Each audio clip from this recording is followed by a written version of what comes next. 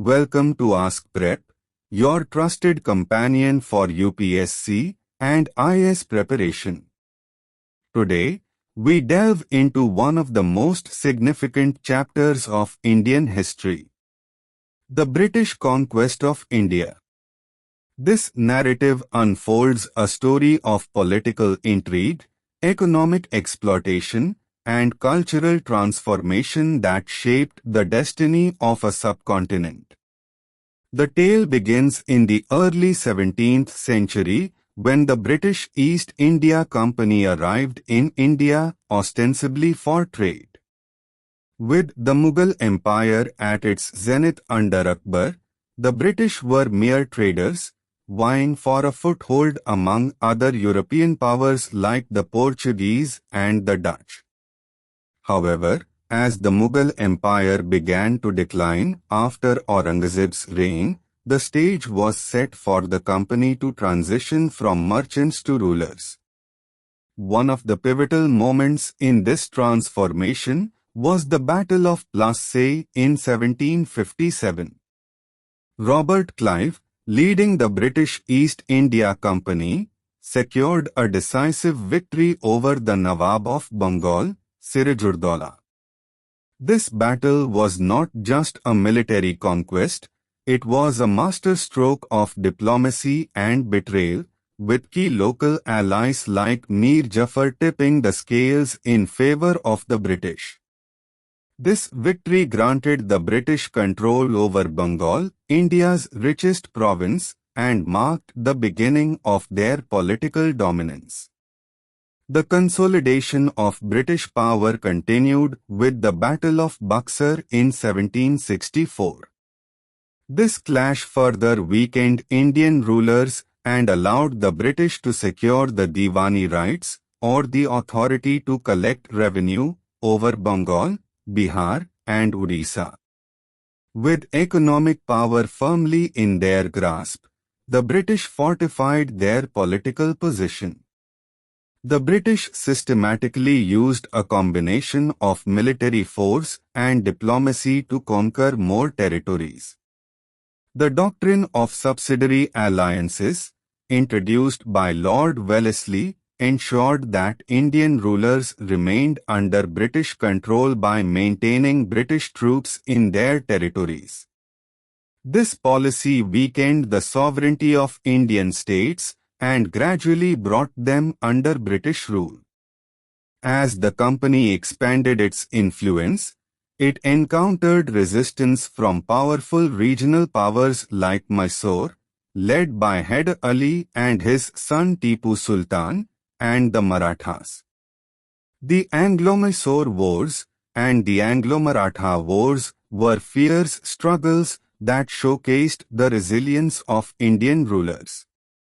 However, superior British military strategy, aided by advanced weaponry and the divide-and-rule policy, ensured their victory.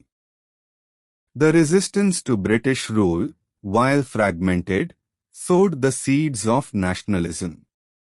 Leaders like Rani Lakshmibai, Tanshia Tope, and Bahadur Shah Zafar became symbols of courage and defiance.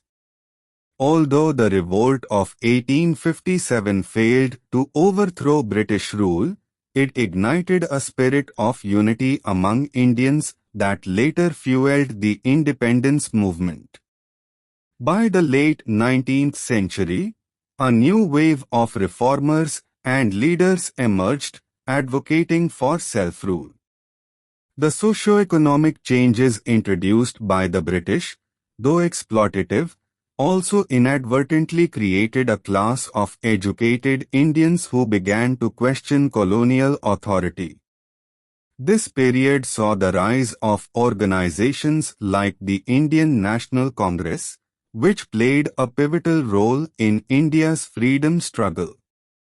The culmination of British conquest was marked by the Revolt of 1857, often referred to as the First War of Independence. While the revolt was widespread and posed a significant challenge to British authority, it was ultimately crushed due to lack of coordination, limited resources, and the British military's superior organization. Following this rebellion, the British Crown took direct control of India from the East India Company in 1858, marking the beginning of the British Raj. The doctrine of lapse, introduced by Lord Dalhousie in the mid-19th century, further extended British control. Under this policy, princely states without a male heir were annexed by the British. This led to the annexation of states like Satara, Jhansi, and Awadh, sowing seeds of resentment among Indian rulers and the general populace. The culmination of these policies and conflicts led to the Revolt of 1857, also known as the First War of Independence. While the uprising was ultimately suppressed, it marked a significant turning point. The British Crown took direct control of India from the East India Company in 1858, ushering in the era of the British Raj. Under the Raj, India underwent profound changes. Railways, telegraphs, and modern education were introduced, transforming the socio-economic fabric of the country. However, these developments were primarily aimed at consolidating British control and exploiting India's resources. The economic policies of the British led to deindustrialization, famines, and widespread poverty. Another key strategy was the doctrine of lapse, introduced by Lord Dalhousie. This policy allowed the British to annex any princely state where the ruler died without a direct male heir. Several states, including Satara, Jhansi, and Nagpur, fell victim to this policy, leading to widespread resentment among Indian rulers and people. The British conquest of India was not merely a series of battles and annexations. It was a complex process involving diplomacy, manipulation, and exploitation. It left a legacy that continues to influence India's political and social landscape. While their rule brought some modernization, it came at a great cost to India's economy, culture, and sovereignty. Understanding this chapter of history is crucial for comprehending the roots of India's struggle for independence and the eventual formation of a free nation. As future administrators, understanding this chapter is crucial for grasping the foundations of modern India.